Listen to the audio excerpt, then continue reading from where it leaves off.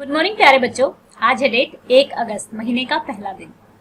आपकी क्लास है 9th, subject सामाजिक विज्ञान और हम लोकतांत्रिक राजनीति के बारे में पढ़ रहे हैं। जैसा कि मैंने आपको बताया था कि आपकी 3 बुक है, एक अर्थशास्त्र के बारे में है, एक इतिहास के बारे में है और ये तीसरी लोकतंत्र के बारे में। इसका पार्ट 2 आप कर रहे हैं। ये वर्कशीट अगर आपके पास नहीं है तो ये सारा का सारा डाटा, सारी की सारी ये वर्कशीट का जो भी लिखा हुआ है ये आपके पार्ट 2 में दिया हुआ है, संविधान निर्माण।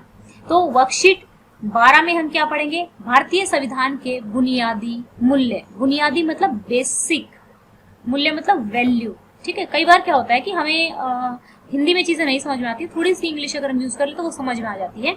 तो चलिए, बुनियादी मूल्य।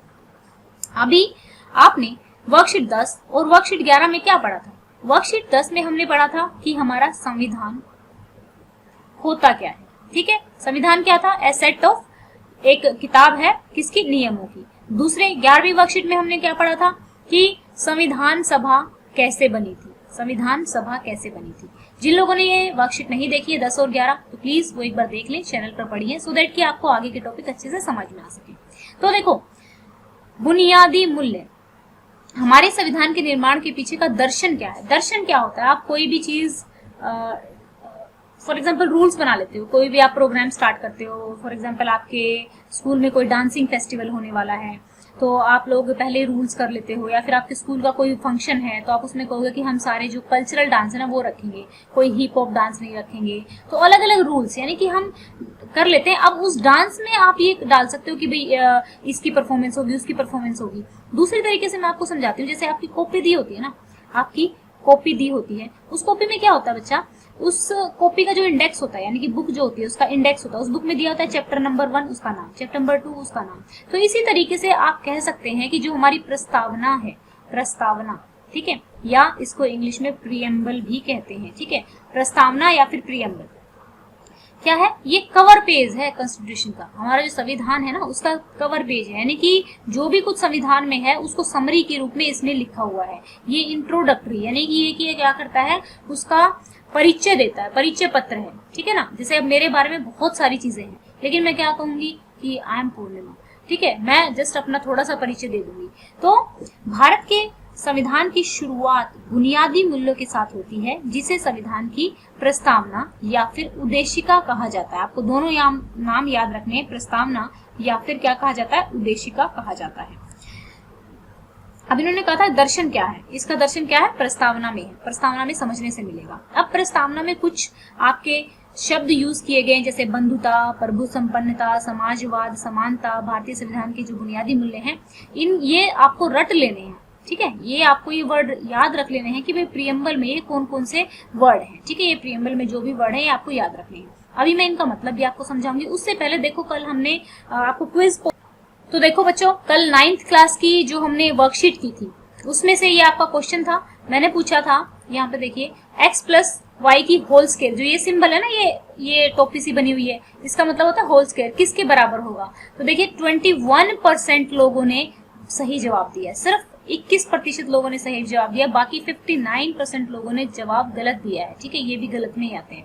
तो इसका आंसर क्या था आपका? x की square plus 2xy plus y की स्क्वायर। ये आपकी वर्कशीट का रिवीजन था जो मैं क्विज देती हूँ। अब एक और क्विज में मैंने क्वेश्चन क्या डाला था? एक और क्विज में मैंने क्वेश्चन डाला था, कॉन्स्टिट्यूशन असेंबली की पहली मीटिंग कब हुई थी? ये हुई थी 9 दिसंबर 1946। ठीक है, ये भी था आपका कि 1 नैनोमीटर, जो कल की साइंस की वर्कशीट थी उसमें से ये क्वेश्चन था। 10⁻9 मीटर माइनस 9 मीटर, ये आपका 91% लोगों ने जवाब दिया है। तो बच्चों पढ़ोगे तो अच्छे से क्विज में भी नंबर आएंगे और इसी तरीके से हमारी चीजें ज्यादा हमें मेहनत नहीं करनी पड़ेगी और हम अच्छे से कर पाएंगे। तो चलिए फिर से चलते हैं अपने टॉपिक पर। तो देखिए, बंधुता क्या होता है कि भाई जो भी हमारे देश के सदस्य है ना उनको हम अपना परिवार मानते हैं, वो होगी बंधुता। ठीक है, प्रभु संपन्नता कि भाई हमारे देश में चाहे हम अंदरूनी कोई मामला लें, ठीक है, चाहे हम जम्मू कश्मीर के साथ उसको अपने किसी भी प्रकार का उसको राइट्स दें, ठीक है, चाहे बाहरी कोई मामला है, चाहे अंदरूनी मामला है, चाहे कोई बाहरी मामला है, कोई दूसरा देश इसमें दखल नहीं दे सकता। हम अपने देश के प्रभु खुद हैं। तो प्रभु संपन्नता है। समाजवाद, समाजवाद क्या होता है? अब देखो, समाजवाद मैं आपको थोड़ा सा समझा देती हूँ। समाजवाद और क्या बोलते हैं गणतंत्र में दो चीजें आपको समझाऊंगी। समाजवाद,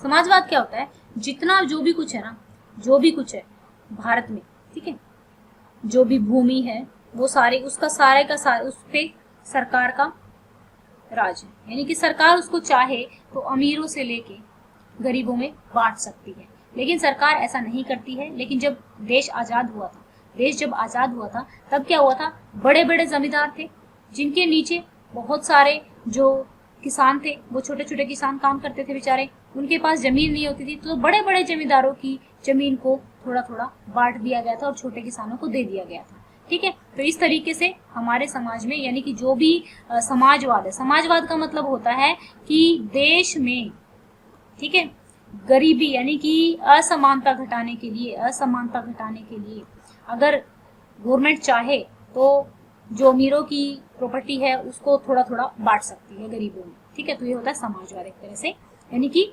जो सामाजिक आर्थिक असमानता है उनको कम करने के लिए ऐसा किया जाता है। समानता यानी कि भाई चाहे हमारे देश के प्रधानमंत्री हो, चाहे हमारे देश के राष्ट्रपति हो, अगर दोनों में से किसी ने कोई क्राइम कर दिया, मर्डर कर दिया, कुछ भी कोई गलत कर दिया, चोरी कर ली, ठीक है, तो क्या हो जाएगा, उनको भी वही सजा होगी जो एक नॉर्मल नागरिक को होती है। तो हमारा जो कानून है वो कानून की नजरों में क्या है, सब बराबर हैं। ठीक है, तो असमानता नहीं है, समानता है हमारे देश में। और ये बात कही गई थी कि जो हमारे कॉन्स्टिट्यूशन में जो भी रूल्स बनाए जाएंगे वो किसके तहत बनाए जाएंगे, समानता को ध्यान में रखते हुए बनाएंगे। पंथ निरपेक्ष, भारत पंथ निरपेक्ष क्यों है, क्योंकि सब धर्मों को समान मानता है। कोई भी एक ऐसा धर्म नहीं है जिसको कहे कि हाँ भाई हिंदुइज्म को ज्यादा प्रमोट करता हो, मुस्लिमों को ज्यादा प्रमोट करता हो, क्रिश्चियनों को प्रमोट करता हो। ठीक है, नहीं, कोई ऐसा धर्म नहीं है, सभी धर्मों को बराबर मानता है।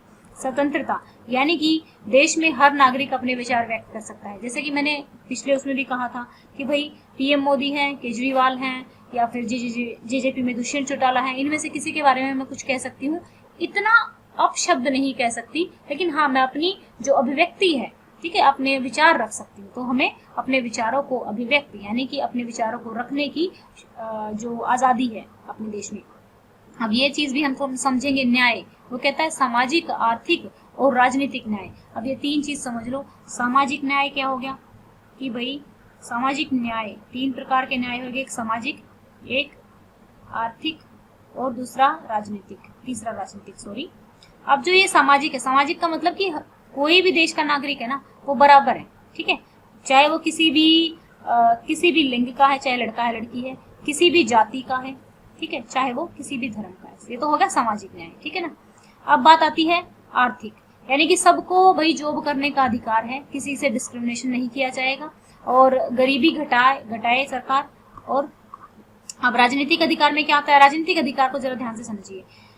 देखिए, आप भी एमएलए बन सकते हैं जब बड़े हो जाओगे, कोई भी एमएलए या एमपी बन सकता है, पार्लियामेंट में जा सकता है। एज कितनी होनी चाहिए, 30 होनी चाहिए, और आपका लोकसभा में जाने के लिए 25 होनी चाहिए। तो कोई भी बन सकता है, कोई भी इलेक्शन लड़ सकता है, जीतो ना जीतो वो अलग बात है। तो यानी कि हमें जो हमारा राजनीतिक अधिकार है वो हमारे पास है, हम सब बराबर है, जिसका मन करता है लड़ लो, जीत जाओ। ठीक है, तो राजनीतिक न्याय है हमारे देश में। अब देखो, हमारा देश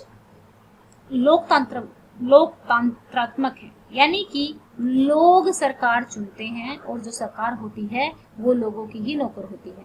अगर लोग चाहें तो उसको हटा सकते हैं, अगर नेता अच्छा काम नहीं करेंगे तो अगली बार जब इलेक्शन होगा तो उस पार्टी को हरा देंगे, दूसरी पार्टी ले आएंगे। तो क्या हुआ, ये लोगों की सरकार है, और किसके, जो सरकार है वो किसके लिए काम करती है, लोगों के लिए काम करती है। अब समझते हैं गणराज्य, गणराज्य समझते हैं। देखो गणराज्य में क्या था, गणराज्य, गणराज्य क्या होता है, हमारे राष्ट्रपति, हम गणराज्य क्यों है, क्योंकि जो हमारे राष्ट्रपति हैं वो चुने गए हैं, वो चुनाव से नियुक्त किए गए हैं, चुनाव से उन्होंने जीता है, तब वो राष्ट्रपति बने हैं। लेकिन कई देशों में क्या होता है, राष्ट्रपति की पोस्ट जो होती है हेरिडिटरी होती है। हेरिडिटरी मतलब कि पहले जो राजा था, ठीक है, उसका बेटा बन गया, फिर उसका बेटा बन गया, फिर उसका बेटा बन गया। तो वो वाला सिस्टम नहीं है, वही इलेक्शन लड़ो, राष्ट्रपति बन जाओ। ठीक है, तो जो हमारे, और राष्ट्रपति कौन होता है, हेड ऑफ, यानी कि जो हमारी जो देश होता है उसका प्रमुख होता है। लेकिन अगर आपसे पूछा जाए कि गवर्नमेंट यानी कि सरकार का प्रमुख कौन होता है, तो वो होता है प्रधानमंत्री। वैसे राष्ट्रपति के पास इतनी ज्यादा पावर नहीं होती, कम पावर होती है, बस साइन करने के लिए होता है मेनली। तो लेकिन प्रधानमंत्री के पास ही सारी ज़्यादा पावर होती है। तो चलो बच्चों, अब हम करेंगे क्वेश्चन। देश में शासन का प्रमुख लोगों द्वारा चुना जाएगा, न कि वंश या खानदान से होगा। ठीक है, किसी भी नागरिक के साथ उसकी जाति, धर्म या ये हो गए हमारे सारे टर्म्स हो गई। ये टर्म आपको बेटा याद भी रखनी है और इनसे में से क्वेश्चन भी आपका आ सकता है। चलो हो गई। संविधान की प्रस्तावना से आप क्या समझते हैं? ये इसका परिचय पत्र है। ठीक है, अभी करवा रही हूँ, क्वेश्चन भी करवा रही हूँ। लोकतांत्रिक शासन व्यवस्था किसे कहते हैं? जिसमें सरकार लोगों द्वारा चुनी जाती है। संविधान निर्माण में बुनियादी मूल्यों का क्या महत्व है, ये भी देखते हैं। तो चलो बच्चों देख लेते हैं यहाँ पर। ओके, आज मैंने खुद ही आप लोगों के क्वेश्चन लिखे हैं। और एक चीज मैं आपको बताना चाहती हूँ, जब आपका एग्जाम होगा ना, तो एग्जाम में आपका क्या करना, ऐसे अंडरलाइन कर देना। इस अंडरलाइन करने से क्या होता है कि टीचर भी जो होते हैं ना, इतना ज्यादा पढ़ के कहाँ कोई लाइन टू लाइन पढ़ के कुछ होता है। जब उसको इंपॉर्टेंट पॉइंट अगर आपने मार्क कर रखे होंगे तो उसको फटाफट दिख जाएगा और ज्यादा इन्हीं चीजों को पढ़ के और आपको नंबर दे दिए जाएंगे। मैं ऐसा ही करती थी स्कूल में और मुझे 2-4 नंबर फालतू मिल जाते थे। प्रस्तावना को भारतीय संविधान का इसमें जैसे मैंने येलो से मार्क कर रखा है, एग्जाम में आप येलो मार्कर से नहीं मार्क कर सकते, ब्लू स्केच पेन से आप मार्क कर सकते हैं।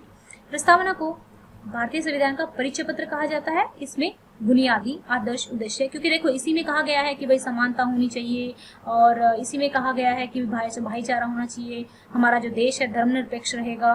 तो इसी के मद्देनजर इन्हीं सभी चीजों को देखते हुए आपके संविधान में जो भी चीजें लिखी गई है, यानी कि प्रस्तावना को भारतीय संविधान का परिचय पत्र कहा गया है। इसमें बुनियादी आदर्श उद्देश्य और दार्शनिक भारत के संविधान की अवधारणा है।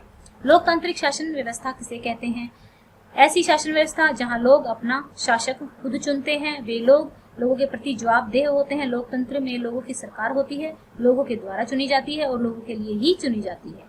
अब अगला क्वेश्चन, संविधान निर्माण में बुनियादी मूल्यों का क्या महत्व है? बुनियादी मूल्य का क्या महत्व है? बुनियादी मूल्य देश में बनाए गए किसी भी कानून को जांचने, जो बुनियादी मूल्य हैं, यानी कि अब जो कानून बनेगा उसमें से देख लेंगे भाई जो कानून बना है वो सभी के लिए समान है कि नहीं।